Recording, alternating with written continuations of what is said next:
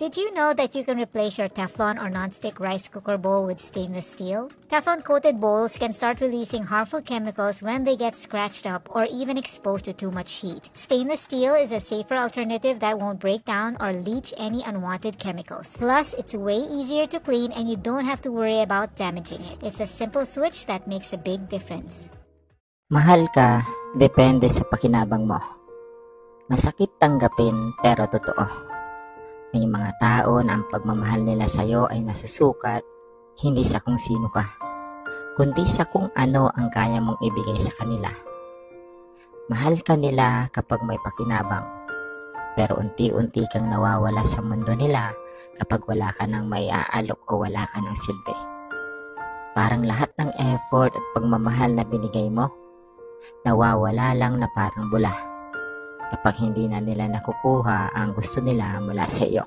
Hindi ba't dapat ang pagmamahal ay walang kondisyon, na kahit wala kang maibigay, pipiliin ka pa rin nila dahil mahalaga ka sa buhay nila? Pero sa mundo, sa panahon natin ngayon, marami ang nakakalimot sa tunay na diwa ng pagmamahal o pag-ibig.